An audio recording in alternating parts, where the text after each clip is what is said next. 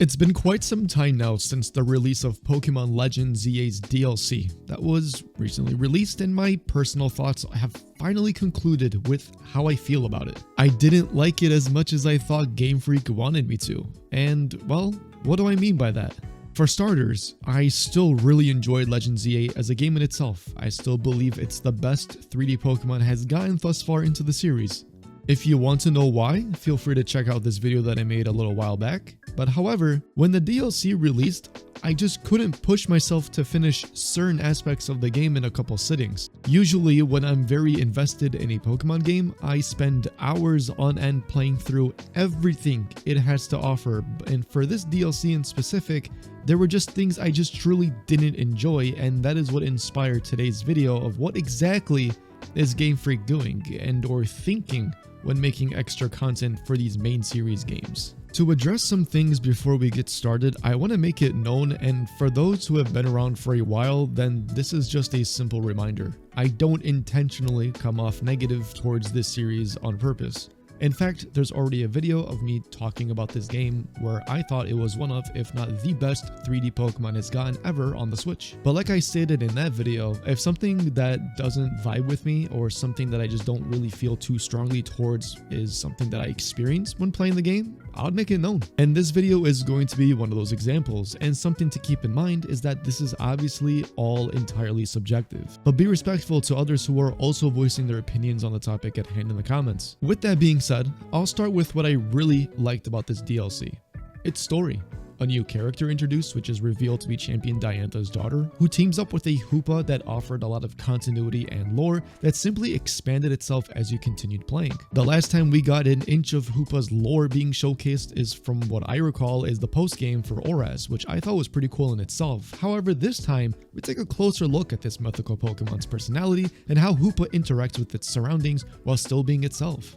Something that I personally adore in Pokemon games is how they implement legendary and mythical Pokemon content to make it make sense in the game that you are playing, and for this DLC, it did make sense for the most part. You're on a quest to search for Rayquaza, and while you do so, a familiar face arrives to aid you on your quest, and for what it is that we got, as you continued playing the game and witnessing brand new Mega Evolutions for the first time, it was a great treat in itself. The different boss fights that they had you participate in leading up to those different main level boss fights that they would let you encounter felt very different based off the unique interactions and moves that each of these Pokemon are doing, which makes it more challenging for the player to fight against. Ultimately, it was really fun, especially when you fight Kyogre and Groudon and they're actually the size that they're supposed to be, making it feel more epic in a sense, only then to find out that it's a different Pokemon behind it all, and it turned out to be the mascot of this channel, Darkrai, pulling the strings. And giving it a Mega Evolution was just the greatest treat to a Pokemon fan like myself. So how is it with so much praise that you didn't enjoy it as much as you are hyping it up to be? To be honest with you, it's literally just one thing that I believe everyone can agree on. It's just a grind fest. Literally, to progress onto the next thing in the story, or to even progress onto anything within the DLC, you need to fill up survey points, and those dragged depending on the missions you saw on your screen. The donuts that you make, which determines how long you can stay in the dimension for, and how much points you are required to progress. I never wanted to shoot myself in the foot more than having to see 100,000 points being required to progress with the DLC. I wanted to throw my Switch out the window. And for those of you that don't know, the donuts are a new mechanic in the game that was introduced that determines obviously not only just the time limit, but it gives you different effects for what you can do within those dimensions. And without proper in-game guidance to tell you what is the best type of donut to make, you're kind of stuck trying to figure out what's good, and then oftentimes you make very bad donuts and you don't get to spend a lot of time to finish the missions that you're working on. So then you're just left grinding out the smaller dimensions with the terrible donuts that you're making just to rack up those points. It was a grinding nightmare that had me turn off my game to take long breaks to mentally be ready to go back to the grind later on to finish what's left of the DLC. At the time of making this video and it being posted, I still didn't finish catching Meloetta, the Lottie twins, and the Gen 5 quadruples, simply because of needing to fill out survey points every single time. It truly sucked the life out of me, and I said to myself, I caught these Pokemon already before, I'll literally just transfer them into the game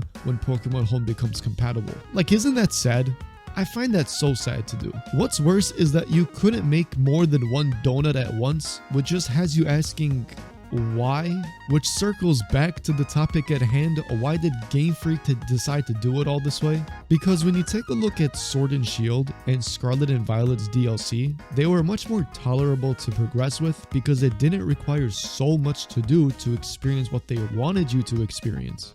It's like we continue to take one thing and expand on it to make it more miserable that I fear Game Freak is just going to continue to do for future DLCs, because if that's the case, I'm sorry, if the story is insane but I can't progress reasonably, then what is the point? As it stands, not many people nowadays have all the time in the world to play video games like they used to, and having to spend those precious hours being forced to finish a long grind just to experience what others are experiencing is simply just poor gameplay. Now don't get me wrong, for what the DLC is worth, it had a lot of cool things, but I just wish it was executed differently. Taking something from the main game and milking it in the DLC is what I hope Gen 10 doesn't do, and if that generation mainline Pokemon game has a DLC, well, I hope as well that they don't do any of that to begin with. But a lot of people thought this was cut content, and I want to clarify that this wasn't. Reports came out and that it reported that Game Freak spent a lot of money to push this out, but the money that they put into this just to see this as an animation for a cutscene is kind of hilarious to me. Bro, like, what is this? I'm looking back at my footage, like, what is this manky cutscene? For the most part, you're turning your brain off with these games and just playing for the vibes and the experience of a Pokemon game, but overall, the grindfest in these titles really needs to chill. I would like to think that the feedback is taken into consideration for future projects, but who knows when stuff like this gets pulled from a previous title entry and is just poorly fleshed out and makes it miserable for a player to go through.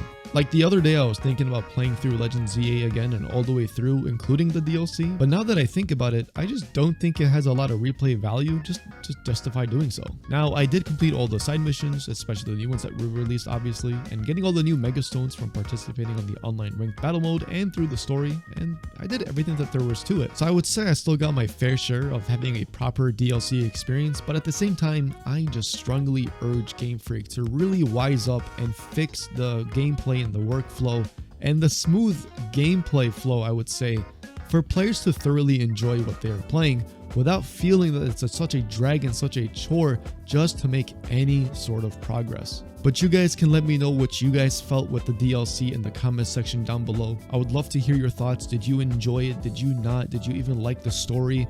Did you not like the story? Let me know. I'm really curious to hear what you guys think, and I would love to read through them and interact with you guys in the comment section. But with all that being said, Pokemon Day is right around the corner, which excites me a lot because we are looking at the 30th anniversary for this franchise, which could mean a plethora of different things for us fans to look forward to. Champions, Gen 10, TCG, mobile games, secret projects, you name it. Like, who knows what's going to be revealed at this point. But overall, that is all I have for you guys today. I did release a ROM hack recently of Pokemon Heart Gold that you can check out, and I'm trying something new this year as well in making non-Pokemon related gaming videos over on another channel, so check it out because we got some cool stuff going on over there, and more information on that will be found in the description box down below. But leave a like if you enjoyed today's video, and subscribe if you are new so that you do not miss out on future content, and I'll catch you guys in the next one. Peace out.